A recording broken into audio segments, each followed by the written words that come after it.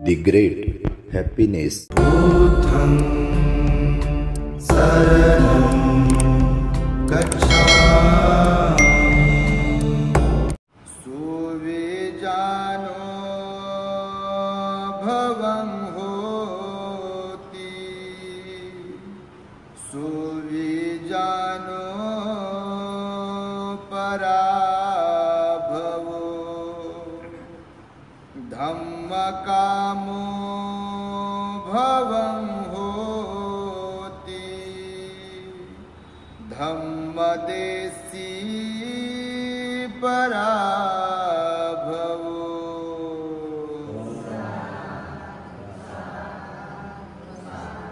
संपूर्ण विश्वाला ज्यांनी सुख शांती मानवता तथा दुःख मुक्तीचा आर्य संदेश दिला, असे ते दुःख मुक्तीचे मार्गदाता दुःख मुक्त महामानव महान कारुणिक तथागत भगवान सम्यक संबुद्ध तथागतांनी आपल्या शुद्ध प्रज्ञेतून निर्मिलेला सद्धम्म आणि त्यात सद्धम्माचा गेली 2500 वर्षांपासून सातत्याने अहोरात्र प्रचार आणि प्रसार करणारा पूजनीय भिक्खू संघ या महान आणि सर्वश्रेष्ठ अशा त्रिरत्नांना प्रथमतः त्रिवार अभिवादन करतो, ज्यांच्या महान आणि असीम त्याग प्रभावामुळे आपल्याला जो हा अनमोल असा बुद्ध धम्म लाभला आणि ज्यांच्यामुळे आपल्याला हे एवढे मोठे वैभव प्राप्त झाले, असे महान युग प्रवर्तक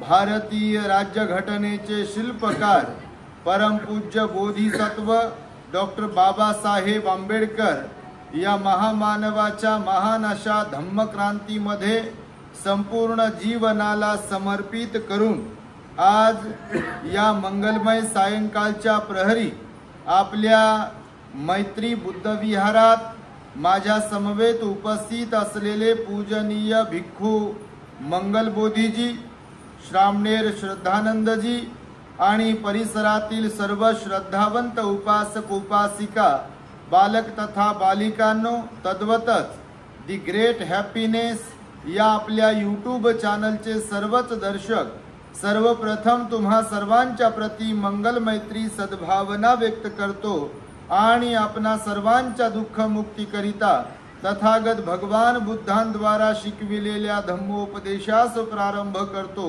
आपण सर्वांनी शांत, एकाग्र आणि श्रद्धायुक्त चित्ताद्वारे या अनमोल बुद्धवाणीला आपल्या हित सुखाकरिता श्रवण करावे, ग्रहण करावे।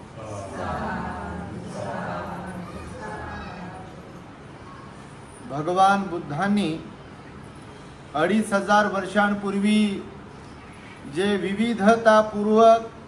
विविधतापूर्ण उपदेश दिले, त्यामध्ये अनेक विषय होते आणि त्यामध्ये एक विषय होता भगवंताचा की मनुष्याचा पराभव कशामुळे होतो आणि मनुष्याचा विजय कशामुळे होतो, म्हणजे अधोगती आणि प्रगती ही कशामुळे होते। सर्वच लोक प्रगती का करू शकत नाहीत आणि सर्वच लोक अधोगतीला का जात नाहीत, म्हणजे काहींची प्रगती होते सर्वार्थाने आणि काहींची अधोगती का होते। आजही हा प्रश्न आहे बघा, म्हणजे तीनही काळात ही लोक असतात अशी। आता प्रगतीचे वेगवेगळे काय म्हणू त्याला विषय आहेत। भौतिक प्रगती वेगळी आहे, पैसा धन दौलत काही आलं की ती एक प्रगती वेगळी आहे, परंतु भगवंताने त्याही पुढे जाऊन सांगितलंय की सर्वांकडे, ज्यांच्याकडे पैसा आहे, धन दौलत आहे, मुलं बाळ आहे आणि सर्व वैभव आहे, भौतिक वैभव, ते असेल म्हणून सर्वच लोक सुखी आहेत का, आनंदाने जीवन जगतात काय? असा जर प्रश्न केला जगाला की तुमच्याकडे पैसे आहे, धन दौलत आहे, मुलं बाळ, नातवंड, घर दार सर्व काही आहे, मग आता तुम्ही आनंदी आहात का 24 तास? तर काय उत्तर येईल याचं? काय उत्तर येईल? होय असं उत्तर येईल का? काहींकडून होय असं उत्तर येईल, पण त्याच्या खोलवर जाऊन जेव्हा आपण विचार करू, त्यावरती संशोधन करू, तेव्हा फार क्वचित बोटावर मोजणं एवढी लोक असतील या जगतामध्ये की त्या लोकांचं होय असं उत्तर असेल.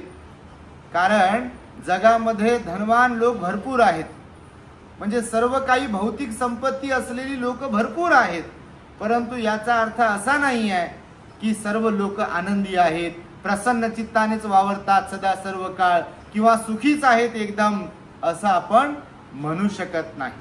तुम्ही कुठेही जा, कुठल्याही क्षेत्रात जा, 4 लोकांमध्ये जा का 4 लाख लोकांमध्ये जा, वरवर करणीचा जो आनंद आहे, वरवर करणीचं जे सुख आहे ते तात्पुरत्या स्वरूपातलं आहे, पण अंतर्मनातले जे आनंदाच्या संदर्भातील भाव असतील, अंतर्मनातील जे सुखाच्या संदर्भातील भाव असतील ते मात्र फार नकारात्मक असतात. आणि त्यामुळे भगवान बुद्धाला हे प्रश्न केले होते की सर्वांचीच सर्वार्थाने प्रगती का होत नाही किंवा सर्वांचीच अधोगती का होत नाही. तर यावर भगवंताने अत्यंत सुंदर असा उपदेश केलाय बघा, पराभव सुक्ताचा. आपल्या चॅनलवरती ते डिटेल्समध्ये आहे उपदेश, परंतु त्याच उपदेशाला धरून एक छोटेखानी उपदेश आज मी आपल्याला सांगणार आहे. कारण जगामध्ये आज आपण पाहतोय, खरं तर हे धावपळीचं जग आहे. आज पैशाला फार जास्त किंमत आहे आणि बाकीच्या गोष्टींची किंमत लोक कमी समजत आहे. हालाकी खरं तर पाहिलं तर पैशालाच किंमत आहे असं आपण म्हणू शकत नाही. आज बघा, आता काल आपल्या 2 भंतेजींचा अपघात झाला. तिकडे जालन्याकडे सिंदखेडराजा गाव, तिकडे एका गाडीतून भंतेजी चालले होते. समता सैनिक दल, भारतीय बौद्ध महासभेचे पदाधिकारी आणि आपले 2 भंतेजी होते. परत येत असताना रिसोडवरून ऍक्सिडेंट झाला. उभ्या असलेल्या गाडीला यांची बोलेरो गाडी जाऊन भिडली आणि भीषण अपघात झाला. रात्रीला मी स्टेटसवरती फोटोज ठेवले, सोशल मीडियावरती पण फोटोज टाकलेले आहेत. एवढा भीषण अपघात होता की त्या गाडीकडे पाहिल्यानंतर असं कोणी म्हणू शकणार नाही की या गाडीतली लोक वाचली असेल, जगली असतील म्हणून. एवढा भीषण अपघात. पूर्ण वरचा भाग जो गाडीचा आहे तो न्यस्त नाबूत झाला. आणि भंतेजींना सुद्धा आता सकाळी आम्ही घाटी हॉस्पिटलमध्ये बराच वेळ होतो त्या प्रोसिजरमध्ये. भंतेजींना विचारलं कसं झालं, काय झालं, तर भंतेजी म्हणाले की ज्या क्षणाला ॲक्सिडेंट अपघात झाला, तर अपघात होताना पासून आत्ता औरंगाबादमध्ये सकाळी जेव्हा आम्ही पोहोचलो, म्हणजे तेव्हा होश आला, तेव्हापर्यंत आम्हाला काहीच माहीत नव्हतं. एवढा डेंजर अपघात होता. त्यांना दोघांनाही इथे फार जबर मार लागलेला आहे. एका भंतेजींचा तर रक्तस्राव अजून थांबलेला नव्हता, म्हणजे दुपारपर्यंत एवढं रक्त सुरू होतं. इथे टाके, आतून इथे मार लागला. कारण वन साईड ती गाडी अशी ठोकल्या गेली ना फार जास्त. तर घाटीमध्ये जेव्हा होतो हॉस्पिटलमध्ये, आता नेहमीच जातो आपण पेशंटला पाहण्यासाठी, बरंच शिकायला भेटते. भगवान बुद्ध म्हणाले तुम्ही शिकणाऱ्यांपैकी असायला पाहिजे. जगाकडे पाहून तुम्ही काय घेऊ शकता, काय शिकू शकता, हे पण तुमच्यावर अवलंबून आहे, म्हणजे आपल्यावर अवलंबून आहे. म्हणजे जगाकडे पाहून आपण काय शिकू शकतो. जेव्हा हॉस्पिटलमध्ये जात असतो आपण, पाहिलं मी भरपूर लोक होते हॉस्पिटलमध्ये ॲडमिट. यांच्या वेळेला बघितलं आम्ही, श्रीमंतात श्रीमंत लोक, पण असे बारीक तोंड केलेले लोक असतात. एकदम धनवानही लोक असतात, परिवार वगैरे सर्व मोठमोठ्या लोकांचा असतो, परंतु ते जे दुखणं आहे, तो जो आजारपण आहे, नेमका तिथे आम्ही होतो तेव्हा ती पट्टी करत होते एक जणाला. एवढं ते ओरडत होतं ते भयंकर. मग मी भंतेजीवर हात ठेवला. आता हे पण एकदम थोडेसे त्याच याच्यामध्ये होते ना, रेंजमध्ये. भयंकर त्रास, डोळ्यातून रक्त येत होतं. त्यांच्या मी हातावर हात ठेवला आणि त्यांचं माइंड डायव्हर्ट करत होतो. कारण आपण दुःखी असेल आणि आपल्या आजूबाजूला जर कोणी असं दुःखी असेल अजून जास्त, तर ते आपलं दुखणं अजून वाढते बघा. कारण वातावरणाचा परिणाम होत असतो आणि त्यामुळे ते एवढं ओरडत होतं पेशंट बघा. भयंकर त्रास होत असेल. त्या ॲक्सिडेंटवाले होते, कुणाचे रक्त बंबाळ झालेले कपडे, कुणाच्या चेहऱ्यावर रक्त, कुणाच्या शरीरावर रक्त, त्या स्ट्रेचरवरती रक्त, आणि भयंकर अशी परिस्थिती असते अपघात विभागामध्ये जे असते. तर सांगतो ह्यासाठी विषय निघाला म्हणून की गरिबी श्रीमंती ह्याचा विषय नाही आहे. तर भगवान बुद्धांनी जे सांगितलं की पैसेवाले धनवान लोक आहेत म्हणूनच त्यांची फार प्रगती होते ना आनंदी राहतात असं नाही आहे. तर ज्यांच्या मनामध्ये निर्मळता आहे, ज्यांच्या मनामध्ये संतुष्टी आहे, संतुष्टी परमं धन असं भगवंताचं वचन आहे बघा. संतुष्ट असणे हे सर्वात मोठं धनवान असणाऱ्या लोकांचं व्यक्तीचं लक्षण आहे. नाही तर सर्व काही असताना देखील याच्यात जीव त्याच्यात जीव जर ठेवला. बंतीजीला सकाळी समजून सांगताना म्हणाले की बघा भगवंताचं वचन आहे, आपण बुद्धपुत्र आहोत, आपण हिम्मतबाज असलो पाहिजे, आपण डेअरिंगबाज असलो पाहिजे, कारण आपण भंतेजी आहोत, बुद्धपुत्र आहोत. नाही तर मग काही झालं तरी. आता मला पण आठवलं, मी KEM हॉस्पिटलमध्ये मुंबईला ॲडमिट होतो फार 15 वर्षांपूर्वी. जेव्हा मुंबईमध्ये होतो तेव्हा KEM हॉस्पिटलमध्ये ॲडमिट होतो. मी एकटाच होतो, तुमच्या माहितीसाठी ॲडमिट केलं एका उपासकाने आणि मी एकटाच होतो तेव्हा काही दिवस. बिलकुल स्वतः करायचो, म्हणजे तेव्हा त्रास होता मला. तर स्वतःला आपण सांगितलं पाहिजे की जे व्हायचं आहे आपल्या बरोबर त्याला कोणी थांबवू शकत नाही. बंतीजीला सकाळी त्यांचं माइंड डायव्हर्ट करत असताना सांगत होतो की ही वेळ सुद्धा निघून जाईल. भगवंताचं वचन काय आहे? ही वेळ सुद्धा निघून जाईल. सुखही टिकणार नाहीये आणि दुःखही टिकणार नाही आहे का? बिलकुल नाही. कोणाच्याही बाबतीत असो, माझ्या तुमच्या कुणाच्याही बाबतीत असो. आणि त्यामुळे बघा भगवान बुद्धाचं वचन आहे की काही लोकांच्या वाट्याला अधोगती येते, काही लोकांच्या वाट्याला प्रगती येते. खरं तर हा आध्यात्मिक दृष्ट्या भगवंताने उपदेश केलेला आहे. ही जी गाथा मी म्हणालो ही पराभव सुत्तातीलच गाथा आहे. या गाथेमध्ये भगवान बुद्धांनी स्पष्ट सांगितलं की धम्माचं आचरण करणाऱ्यांची प्रगती होते.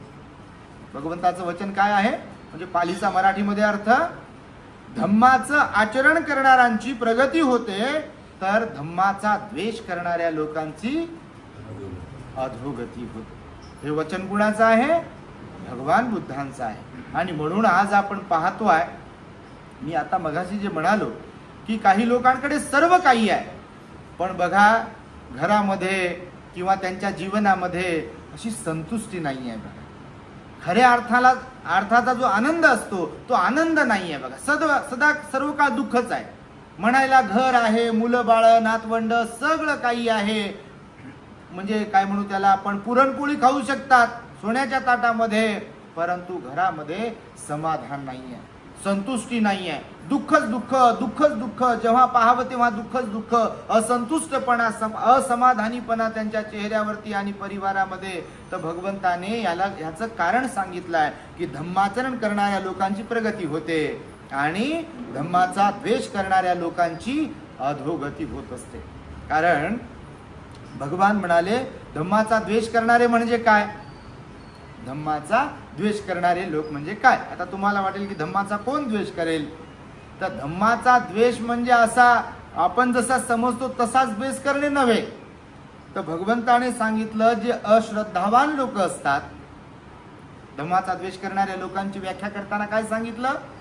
ज्या लोकांच्या मनामध्ये बुद्ध धम्म संघाच्या प्रती एकनिष्ठ श्रद्धा नसते, म्हणजे जे अश्रद्धावान असतात, म्हणजे श्रद्धावान नसतात, असे जे लोक असतात ते आपल्या आचरणाने, आपल्या स्वभावाने धम्माचा द्वेष करत असतात.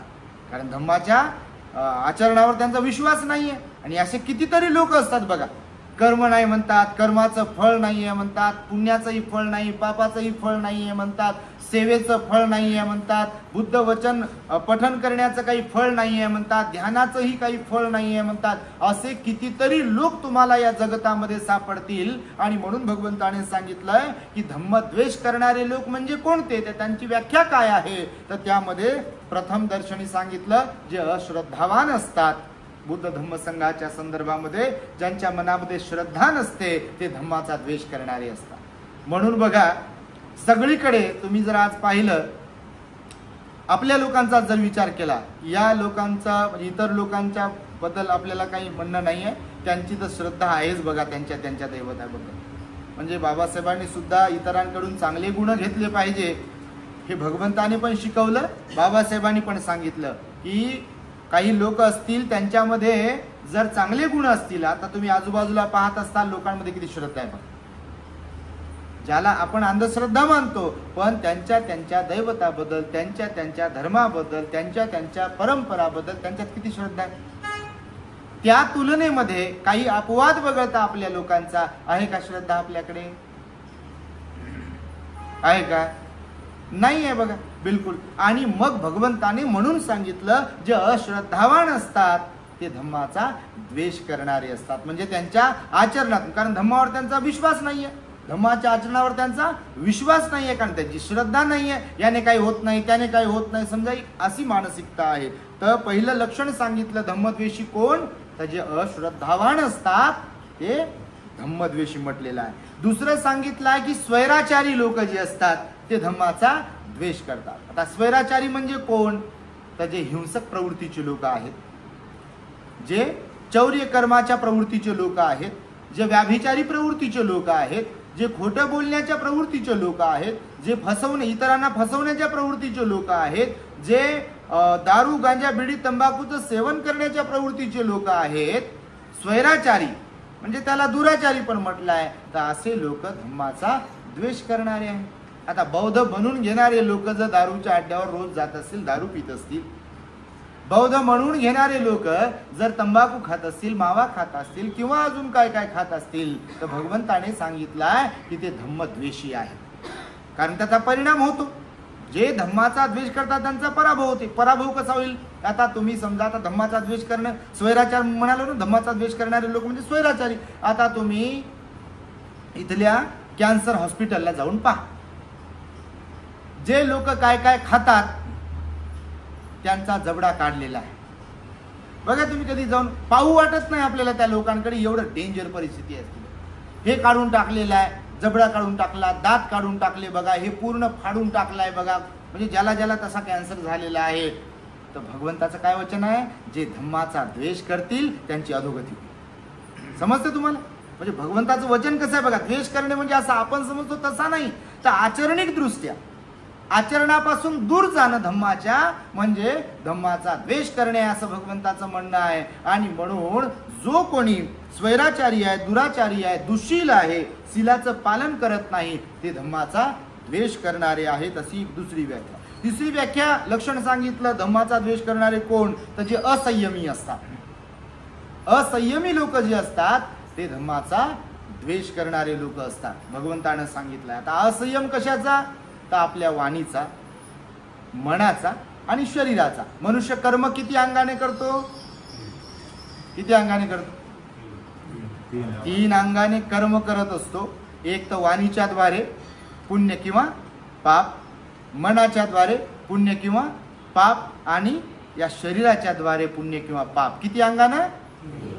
3 अंगाने कर्म करत असतो. कर्माचे प्रकार 2 सांगितले, कुशल आणि अकुशल, पुण्य आणि अपुण्य किंवा पाप, भगवंताने सांगितलं. म्हणून जे असंयमी आहे ते धम्माचा द्वेष करणारे आहे. असंयम कशाच्या बाबतीमध्ये? वाणीच्या बाबतीमध्ये ज्यांचा संयम नाही आहे म्हणजे असंयमी आहे, मनाच्या बाबतीत ज्यांचा असंयम आहे म्हणजे संयम नाही आहे, आणि शरीराच्या बाबतीत ज्यांचा असंयम आहे म्हणजे संयम नाही आहे, असे लोक धम्माचा द्वेष करणारे आहेत. तर मग या 3 अंगाने असंयमी राहून जे कोणी लोक कर्म करतील त्याचा चांगला परिणाम होईल का?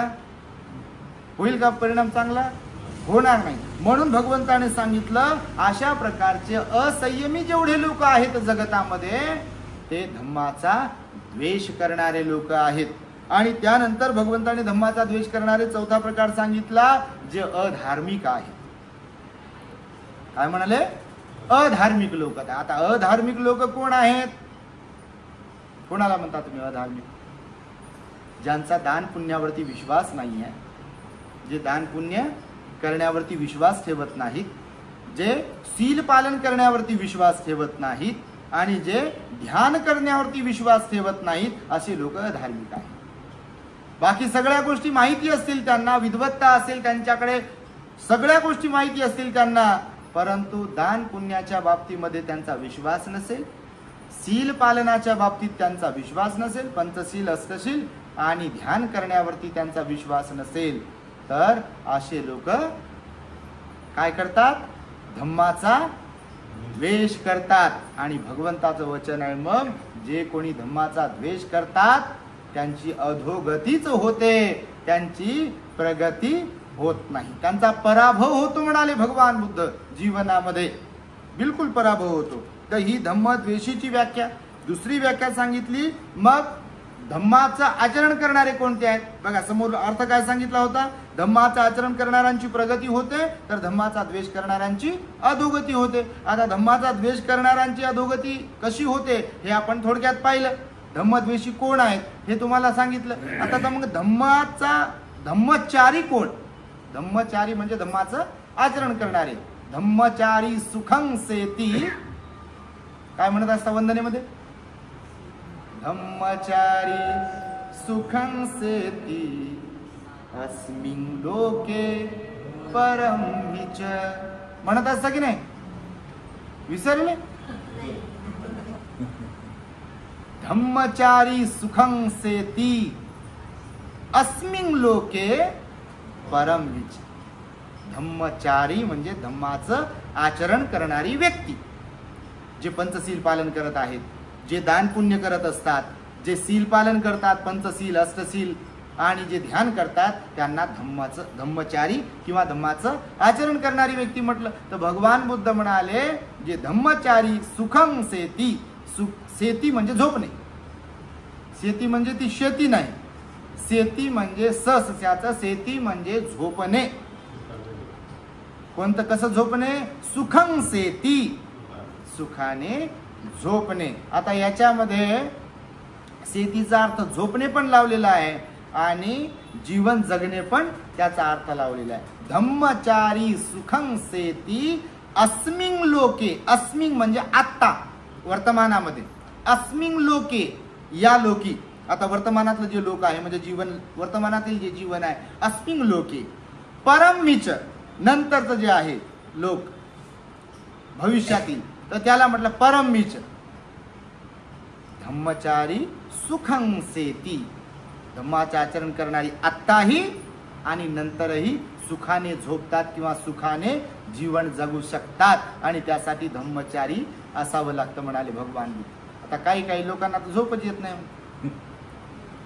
दिवसाला नाही आणि रात्रीला झोप येत नाही. तर काही काही लोक दिवसाला ढर झोपतात आणि मग ते रात्रीला झोप येत नाही. कशी येईल झोप? काय म्हणते? असे सुगत भंतेजी बसले, त्यांना विचारलं, बाबा भंतेजी खरं की खोटं? हो म्हणजे खरंच आहे. दिवसाला खरंच झोपल्यावर रात्रीला झोप येईल का? कशी येईल? कारण दिवस झोपण्यासाठी दिला की रात्र झोपण्यासाठी दिलेली आहे? लोक कसे झोपतात? कधी झोपतात? बापा रात्रीलाही झोपतात आणि दिवसालाही झोपतात लोक. आता याच्यामुळे तब्येत चांगली होईल की खराब होईल? कशी होईल? रात्रीला टीव्ही पाहत बसले, मोबाईलवर काड्या करत बसले, नाही का? ह्याचा मेसेज पाय व्हॉट्सअपवर, त्याचा मेसेज पाय, ह्या व्हिडिओ पाय, शॉर्ट व्हिडिओ पाय, कोणत्या सिरियल पाय, काय काय पहा. ते डाटा दिलाय 1 GB फ्री, अनलिमिटेड फ्री, ते पाहत राहते. मग आता आम्ही इकडं तिकडं जातो तर मुलं, छोटे मुलं, माणसं, मुली, कोणी पण मोबाईलमध्येच गंग आहे. काही ठिकाणी गेलं, हॉस्पिटलला गेलो, बाहेर लोक पाहिले मोबाईल. बघा माणसं एवढे पागल झाले बघा, काही काही बिलकुल खरंच. बघा तुम्ही, कोणी दिसेना त्यांना, बोलत नाही. मी नेहमी बोलता बोलता कधी कधी सांगतो, सकाळी याची झोप होईल याची हिची, तेव्हा बरोबर सगळ्याला गुड मॉर्निंग पाठवते. हो, रात्री 12-1ला गुड नाईट पाठवते. कोणी कोणी आम्हाला फुलं पाठवते, ते चहा पाठवते मोबाईल मधून. धम्म प्रभात म्हणते भंतेजी, कधी? सकाळी 9-10 वाजता. म्हणतो आमची तर सकाळी 4ला झाली, याची 9-10ला धम्म पहाट होते, हे आम्हाला पाठवते धम्म पहाट. बापू कशाला पाठवतो? मोबाईलचं स्टोरेज कशाला आमच्या वाढवतं? ते गुड नाईट आणि गुड मॉर्निंग आणि धम्म प्रभातन, काय सुप्रभातन कोणतं काय? धम्म रात्री म्हणते. कधी धम्म रात्री? रात्रीच्या 11 वाजता धम्म रात्री. सकाळी समजा पाहिलं, रात्रीच्या 11 आणि 12ला धम्म रात्री म्हणते. कशाची? ढेकळाची धम्मरात्री आहे. धम्मरात्री ही सकाळी 4 ते 5, धम्म सकाळ ही सकाळी 4 ते 5च्या दरम्यानची असते. धम्म सकाळ कधी होते? सकाळी 4 ते 5च्या दरम्यान ज्यांचे डोळे उघडले आणि जे उठले आणि ध्यान करू लागले, व्यायाम करू लागले, नाही का, अभ्यास करू लागले धम्माचा, तर त्यांची धम्म सकाळ आहे बा. सकाळी 4 ते 5च्या दरम्यान समजा उठत असेल तर. धम्मरात्र ही त्यांची की रात्री 9 ते 10च्या दरम्यान झोपत असेल तर धम्मरात्र आहे. म्हणजे नियमानुसार. धम्म म्हणजे नियम आहे, धम्म म्हणजे विनय आहे. पण जर कधीच्या कधी उठणं कधीच्या कधी झोपणं असेल तर धम्मरात्र आहे का, धम्म सकाळ आहे का ती? तर नाही आहे. आणि म्हणून भगवंताने म्हटलं धम्मचारी सुखं सेती अस्मिन् लोके परम मिच.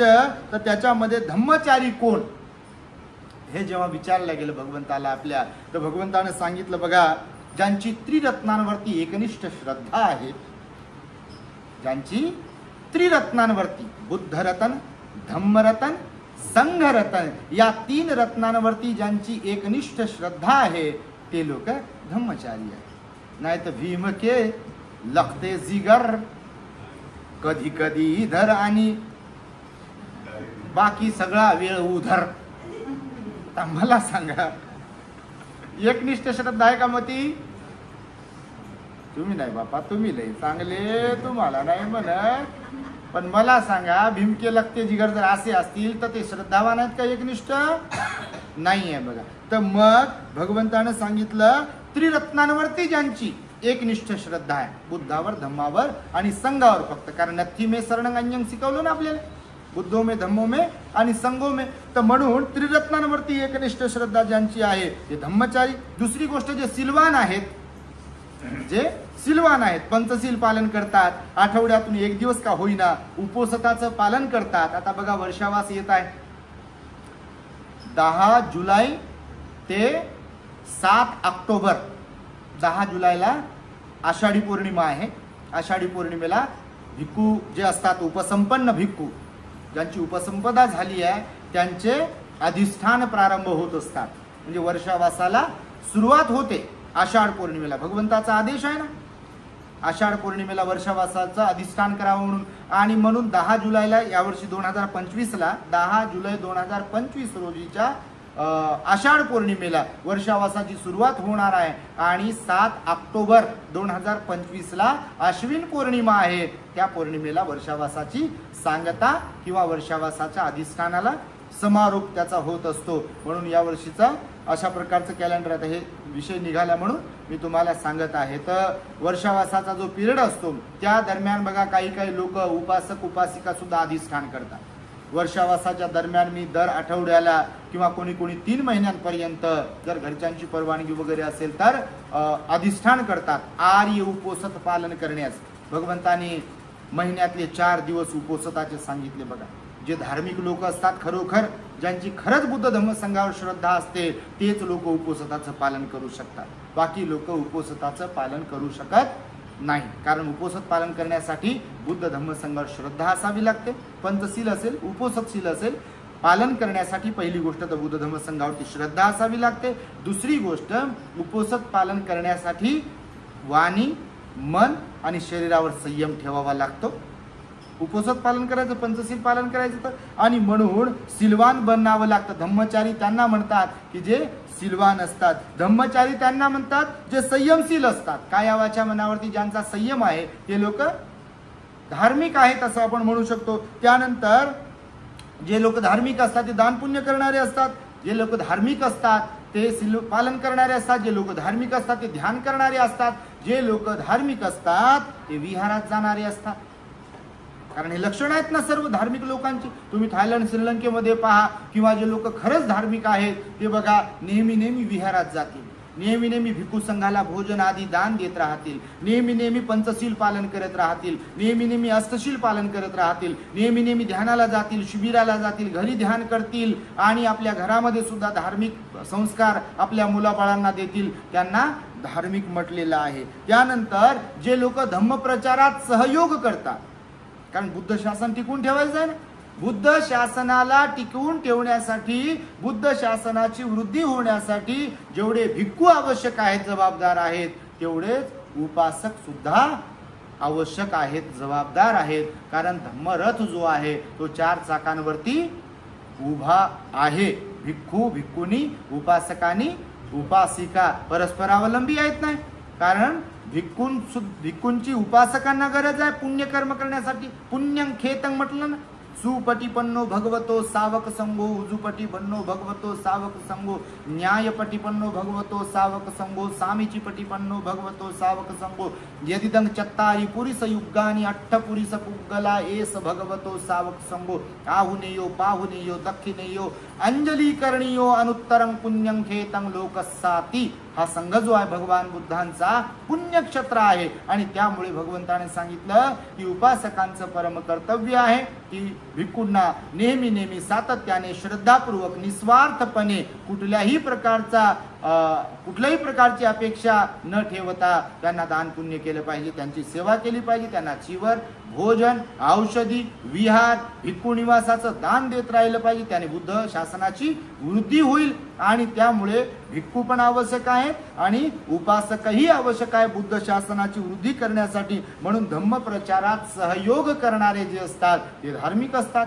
आज तुम्ही पाहताय काही लोक फार म्हणजे आपली धार्मिकता पाळतात आणि कर्तव्यही बजावतात. भगवंताच्या काळात जसे अनाथ पिंडक होते बघ, 54 करोड रुपयाचं त्यांनी विहार दान दिलं. विशाखा मिगार माता होती, त्यांनी सुद्धा 27 करोड रुपयाचं विहार भिक्खू संघाला दान दिलं. असे कितीतरी लोक आजही लोक आहेत बघा. आता त्या दिवशी तुम्ही कार्यक्रमाला आला होता साजापूरला आपले महाकरुणा बुद्धिस्ट मॉनेस्ट्रीला 14 तारखेला. बीडचे आपले प्राध्यापक प्रदीप रोडे सर, तुम्ही पाहिलं असेल त्यांची पूर्ण परिवार होता. अत्यंत उत्साहाने अत्यंत प्रसन्न चित्ताने बिलकुल. आणि त्यांना मी बिलकुल काही म्हणालो नाही. आता हे चॅनलवरती पण जाता आपल्या, तिथे पण सांगितलं मी कार्यक्रमामध्ये, आपण मागत वगैरे कोणालाच काही नाही, डिमांड करत नाही.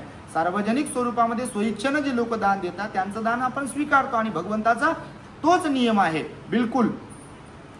तर त्यांनी त्या कार्यक्रमाच्या साठी बघा त्या दिवशी मी तुम्हाला सांगितलं जवळपास 3.5 लाख रुपये किमतीचे चिवर थायलंड वरून मागवले बघा. बघितलं. भिक्खू संघाचं भोजनदान, उपासक उपासिकांचं भोजनदान, पेंडॉल वगैरे वगैरे सगळं काही जो खर्च आहे तो अत्यंत प्रसन्नतापूर्वक त्यांनी, त्यांचा बर्थडे होता 15 तारखेला आणि आपला कार्यक्रम होता 14 तारखेला. तर त्यांनी तिथे बघा स्वइच्छेने स्वयंस्फूर्तीने अत्यंत उत्साहाने प्रसन्न चित्ताने बिलकुल न मागता, मी दाखवलंय नाही त्यांना की गरज आहे याची बिलकुल, तर या देण्याला दान म्हणतात बघा. जेव्हा समोरचे लोक स्वइच्छेने देत असतील, मागून तर भिकाऱ्याला काय काय मिळते हो. मी मागे सांगितलं ठाण्याला एक भिकारी मेला रेल्वे अपघातामध्ये. त्याची झोपडी होती रेल्वे ट्रॅकच्या बाजूला. त्याची आयडेंटिफाय करण्यासाठी पोलिसांनी झडती घेतली तर पांढऱ्या गोण्याचा खताच्या पोते भरू भरू 7-8 लाख रुपये भेटले बघ. मागल्यावर कोणाला काय भेटत, मागितल्यावर जे मिळेल ते ना दान घेणाराला पचेल ना देणाराला. श्रद्धा निर्माण झाली पाहिजे देण्याची. बघ मी काही व्हिडिओ पाहत असतो बघा मोटिवेशनल, तुम्ही पण पाहिले पाहिजे. काही लोक निस्वार्थपणे काम करतात बघा समाजसेवेचं, बिलकुल स्वतःची तमा बाळगत नाहीत आणि कुठेही जातील काम करतील, मदत करतील. कोणी गरीबाला मदत करते. आता घाटीमध्ये गेलो, आज मी बराच वेळ घाटीमध्ये थांबलो, सकाळी माहिती काढली. मी सांगितलं यांना काही लोक अनेक धर्माचे जातीचे लोक बघा रोज आणि रोज त्या पेशंटला, त्यांच्या त्या पाहायला येणाऱ्या लोकांना, सोबत असलेल्या लोकांना जेवण पुरवतात बघा. मला एवढा आनंद झाला. आपला बनकर म्हणून उपासक आहे आणि काही आपले डॉक्टर्स पण आपले आहेत, बरेच कर्मचारी आपली टीम आहे तिथे, त्यांच्या बरोबर मी फिरलो. त्यांनी सांगितलं भंतेजी काही काही लोक 25 वर्षापासून, किती 25 वर्षापासून रोज खिचडी पुलाव पिठलं भाकर पोळी भाजी जे काही असेल ते दान देत राहतात बघा. नाव नाही गाव नाही काहीच नाही. एक घाटीच्या बाजूलाच ठिकाण आहे, तिथे डॉक्टरची चिठ्ठी जी आहे ती दिलेली घेऊन जायचं. आम्ही पेशंट आमचे ॲडमिट आहे, आम्ही त्यांच्या बरोबर आहोत, त्यांना दाखवायची. ते मोफत जेवण देतात बघा, अतिशय चांगल्या प्रकारचं जेवण. मी मनातल्या मनात इथे विचार केला म्हणते, भगवंताने आपल्या भगवान बुद्धांनी करुणा हे तत्व शिकवलं. काय तुम्हाला करुणा हे तत्व शिकवलं. सर्वांच्या प्रती कारुण्याचा भाव आपल्या मनात असायला पाहिजे. आपणही मरणारे आहोत, आपण काही अमृत पिऊन आलो नाही.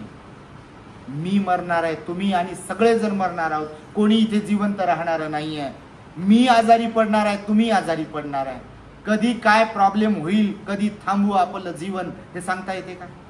भगवंताने सांगितलं मनुष्य जीवन मोठं दुर्लभ आहे, त्याचा सदुपयोग केला पाहिजे. जीवनामध्ये सुख दुःख येत राहतात, आजार येत राहतात, संकट येत राहतात. नाव ठेवणारे लोक भेटतात, बदनाम करणारे लोक भेटतील. चांगलं काम करणाऱ्यांना जेवढा त्रास होतो तेवढा वाईट लोकांना त्रास होत नाही. हा नैसर्गिक नियम आहे. तुमच्या माहितीसाठी सांगतो, मी नेहमी सांगतो, ज्या झाडाला फळं लागतात त्याला दगड मारल्या जातात, ज्याला फळं लागत नाही त्याला दगड कोण काय मारेल? जे झोपलेले आहेत त्यांना कोण म्हणेल तुम्ही बरोबर नाही म्हणून? जे जागे आहेत आणि जे लोकांना जागा करण्याचं काम करतात, अरे ते बरोबर नाही म्हणतात. तुम्हाला माहिती आहे का म्हणतात ते असे, तुम्हाला माहिती आहे का ते तसे? म्हणजे असं होते जगामध्ये, सगळ्यांच्या बाबतीमध्ये, बुद्धाच्या बाबतीमध्ये हे झालं. पण सांगतोय यासाठी की आम्ही लडाखला पण गेलो होतो. लडाख तिकडे आपले संघसेना भंती जी आहे, फार मोठी मॉनेस्ट्री आहे त्यांची. आम्ही तिथे गेलो, तिथे राहिलो. इंटरनॅशनल बुद्धिस्ट कॉन्फरन्स होती तिथे. त्यांनी चॅरिटी हॉस्पिटल बनवलं. मला वाटतं 2015ची काहीतरी ही गोष्ट असेल. तेव्हा आम्ही गेलो होतो कॉन्फरन्सला. तिथे मी पाहिलं बघा, असे छोटे छोटे मुलं, त्यांची स्वतःची स्कूल, कॉलेज, चॅरिटी हॉस्पिटल. बंतेजी बरोबर आम्ही चर्चा केली आणि खरं तर तिथूनच प्रेरणा मी घेतली. हे जे चॅरिटी हॉस्पिटलचा आपला जो प्लॅन आहे, फ्युचरमध्ये चॅरिटी हॉस्पिटल होईल आपलं 100%. त्या माध्यमातून जे गरीब दीन दुबळे लोक आहेत, ज्यांना उपचार परवडत नाहीत दवाखान्यामध्ये, खूप जास्त पैसे, आता बघा प्रचंड पैसे वाढले बघा ट्रीटमेंट, तर त्यांना मोफत उपचार मिळावा यासाठी सुद्धा आपला चॅरिटी हॉस्पिटलचा प्लॅन जो आहे तो यासाठीच म्हणून आहे. तर मी हे सांगतो यासाठी की करुणेचा भाव आपल्यात असायला पाहिजे, दयेचा भाव आपल्यात असायला पाहिजे. ते सांगता सांगता काही लोक तिथे माझ्याबरोबर जे होते, आम्ही फिरत होतो, ते म्हणाले, भंतेजी तुम्ही वाईट नका वाटू देऊ. आपल्या समाजामध्ये आम्ही पाहतो फक्त लोक लुटण्याचं काम करतात बघा, बहुतेक लोक. आणि इतरांकडे पाहिलं, काही काही लोकांकडे ते लुटतही असतील परंतु देण्याचंही काम ते करतात बघा. माहिती आहे तुम्हाला? हे काम खरं तर आपल्याकडून झालं पाहिजे. बौद्ध लोकांकडून हे काम झालं पाहिजे, दुसऱ्याला मदत करण्याचं. बौद्ध त्यांनाच म्हणू शकतो ज्यांच्यात करुणा आहे. बौद्ध त्यांना म्हणू शकतो की ज्यांच्यामध्ये दयेचा भाव आहे. बौद्ध त्यांना म्हणू शकतो ज्यांच्यामध्ये संयम आहे. बौद्ध त्यांना म्हणू शकतो ज्यांच्यामध्ये परोपकाराचा भाव आहे. बौद्ध त्यांना म्हणू शकतो की जे आपल्या समान दुसऱ्यांना समजतात. कारण हे बौद्धाचे लक्षण आहे ना. बौद्ध म्हणजे काय असा धर्म नाही. बौद्ध म्हणजे काय असं काय म्हणू त्याला की जातीच्या प्रमाणपत्रावर लिहिण्यासारखं आणि अनुदान घेण्यासाठी, रिझर्वेशन घेण्यासाठी नाही आहे. तर बौद्ध म्हणजे आचरणशील व्यक्ती त्याला म्हटलं. म्हणून तर हे बघा भगवंताने त्याचे काय म्हणू व्याख्या केलेली आहे तशा प्रकारची की धम्मद्वेषी कोण, धम्मचारी कोण. आणि त्यामुळे धम्म प्रचारात सहयोग करणारे सुद्धा जे असतात तेच खरे धम्मचारी असतात. आणि म्हणून आपल्या बाबासाहेबांनी सुद्धा आपल्याला शिकवलं बघा की धम्म प्रचारामध्ये तुम्ही योगदान देऊ शकले पाहिजे. कमाईचा 20वा हिस्सा तुम्ही दान देऊ शकले पाहिजे. पण तो श्रद्धेनं मागणारे लोकही नसायला पाहिजे. मागण्याने आपली किंमत कमी होते बघा. जेव्हा मागितल्या जाते तेव्हा मागणाऱ्याची किंमत कमी होते. समोरचं देईल देताना, पण समोरच्यांच्या नजरेत आपली किंमत डाऊन होत असते. बाबासाहेब म्हणून म्हणाले, अर्धी भेटली तर हरकत नाही भाकरी, पण ती स्वाभिमानाची असली पाहिजे. आपलं मन आपल्याला म्हटलं पाहिजे, गड्या ही जी आहे मेहनतीची आहे, स्वाभिमानाची, ही फुकटाची नाही आहे. माहिती तुम्हाला? हे बाबासाहेबांनी म्हणून आपल्याला बुद्धाचा धम्म दिला. आणि त्यामुळे तुम्हाला हे सांगतो आहे म्हणून भगवान बुद्धांनी सांगितलं की इथे काही लोकांची अधोगती होते आणि काही लोकांची प्रगती होते. आणि ओव्हरऑल भगवान बुद्धाला जेव्हा विचारलं तेव्हा भगवान बुद्ध म्हणाले, धम्माचा द्वेष करणारे जे लोक आहेत, अश्रद्धावान जे लोक आहेत, अधार्मिक जे लोक आहेत, असंयमी जे लोक आहेत, त्या लोकांचा पराभवच होतो जीवनामध्ये. भौतिकदृष्ट्या जरी त्यांच्याकडे धन दौलत श्रीमंती येत असेल तरी मात्र आध्यात्मिक दृष्ट्या त्यांच्याकडे जर पाहिलं तर त्यांच्याकडे शांती, समाधान, आनंद, संतुष्टी, प्रसन्नता ही फार कमी आणि कमी असते. त्या उलट जरी कोणी मिडल क्लास असेल, गरीब असेल, पण त्यांच्याकडे जर बुद्ध धर्मसंघाच्या प्रति श्रद्धा असेल, ते सिलवान असतील, पंचशील अष्टशील पालन करत असतील, कायावाच्या मनावर त्यांचा संयम असेल, खऱ्या अर्थाने ते धार्मिक असतील, दान पुण्य करत असतील, शील पालन ध्यान करत असतील, तर त्यांच्याकडे समाधानाचं सुख असते, त्यांच्याकडे प्रसन्नतेचं सुख असते, त्यांच्याकडे आनंद असतो, त्यांच्याकडे सर्वात मोठं सुख असते ते आध्यात्मिक सुख असते. आणि म्हणून भगवान बुद्धांनी ह्या सगळ्या गोष्टी शिकवलेल्या आहेत. म्हणून आपण ह्या समजून घेतल्या पाहिजे.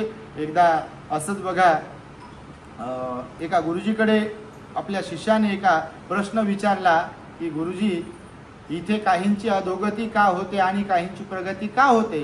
तर तेव्हा त्या गुरुजींनी त्या शिष्याला घेऊन एका तलावाच्या ठिकाणी ते घेऊन गेले, सोबत काही भोपळे घेऊन गेले.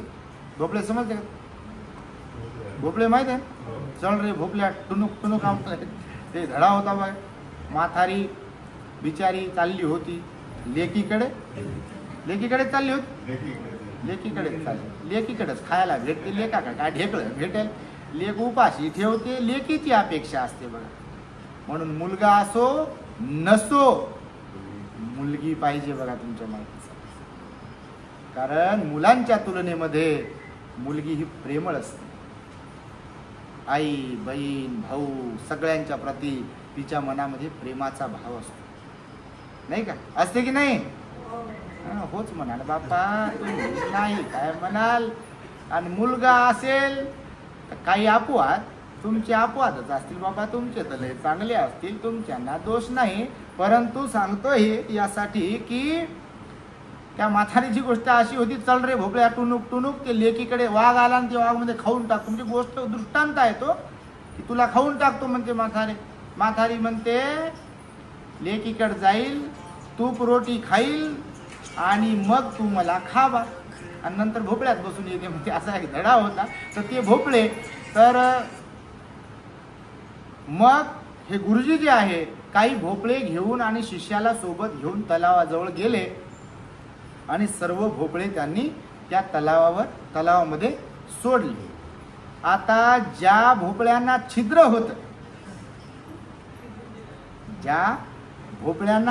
होतं, त्या भोपळ्यामध्ये पाणी घुसलं, पाणी शिरलं आणि ते भोपळे खाली डुबले. पण ज्यांना छिद्र नव्हतं ते मात्र पाण्यावरती तरंगत होते. आम्ही लहान असताना विहिरीमध्ये वडील जेव्हा पोहायला शिकवायचे तेव्हा त्या भोपळ्याचा वापर केला होता बा. करायचे, आजही करतात गावाकडे. पाठीला बांधतात किंवा पोटाला बांधतात, पाठीवर बांधतात आणि मग पोहायला शिकवतात. त्या भोपळ्यामुळं बुडत नाही, ते भोपळा तरंगते ना. तर मग त्या गुरुजींनी सगळे भोपळे टाकले, तर ज्या भोपळ्यांना छिद्र होतं त्या भोपळ्यामध्ये पाणी शिरलं आणि ते भोपळे बुडाले, आणि जे छिद्रवाले नव्हते ते मात्र तरंगत. गुरुजींनी आपल्या शिष्यांना सांगितलं, तुम्ही बघताय का काय होते ते? तर शिष्य म्हणाले, हो गुरुजी. गुरुजी म्हणाले, काय? तर ते शिष्य म्हणाले की ज्यांना छिद्र आहे, ज्या भोपळ्यांना, ते डुबत आहेत, बुडत आहेत, आणि ज्यांना छिद्र नाही आहे ते वरती तरंगत आहेत. जीवनामध्ये सुद्धा असंच आहे. छिद्र कोणते सांगितले भगवंतानं आपल्याला? जे डुबवतात, पराभूत करतात, विकार रूपी छिद्र. रागाचे, द्वेषाचे, लोभाचे, अहंकाराचे, ईर्षेचे, म्हणजे बिलकुल असे दुर्गुणांचे जे छिद्र ज्यांच्यामध्ये पडलेले आहे, ज्यांच्या मनाला, ते लोक आज नाही तर उद्या, उद्या नाही तर परवा डुबतात. म्हणजे जीवनामध्ये डुबतात. कर्माचा परिणाम भोगावा लागेलच बिलकुल. आणि ज्यांच्याकडे विकारांचे छिद्र नाही आहे, दुर्गुणांचे छिद्र नाही आहे, किंवा जे पडू देत नाहीत छिद्र, ते मात्र तरंगतात असं म्हटलंय. त्यांची प्रगती होते, आज नाही तर उद्या, उद्या नाही तर परवा. आणि त्यामुळे आपण कोणत्या भोपळ्यासारखे असायला पाहिजे? कोणत्या? तरंगणाऱ्या भोपळ्यांसारखे असायला पाहिजे. खरोखरच्या भोपळ्यासारखे नका बनू बापा. तरंगणारे भोपळे म्हणजे उदाहरणासाठी दृष्टांत आहे हा, की भगवंताने सांगितलाय खरोखर की ज्यांना छिद्र असते, ज्या म्हणजे भोपळ्यांना विकार रूपी मनुष्याला जर छिद्र असेल, अवगुणांचे जे छिद्र असतील आपल्या मनाला, तर माणसं मग अधोगतीकडे जातात.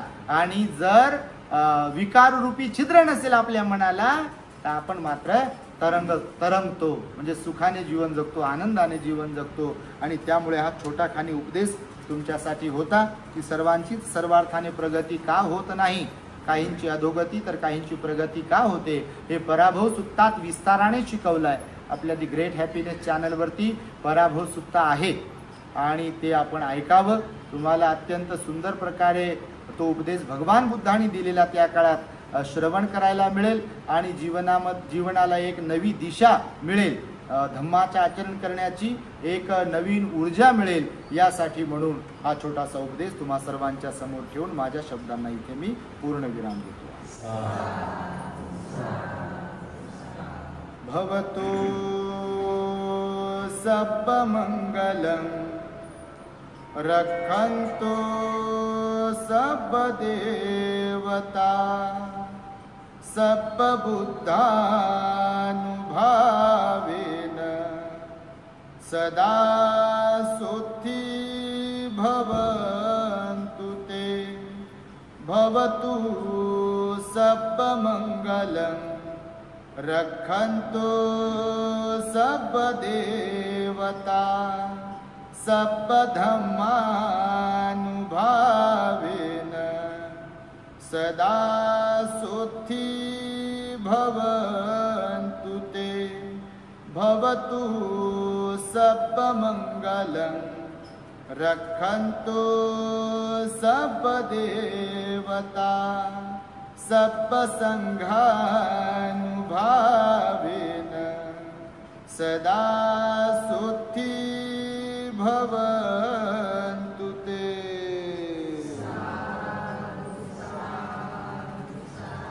बुद्धं नमामि, धम्मं नमामि, संघं नमामि.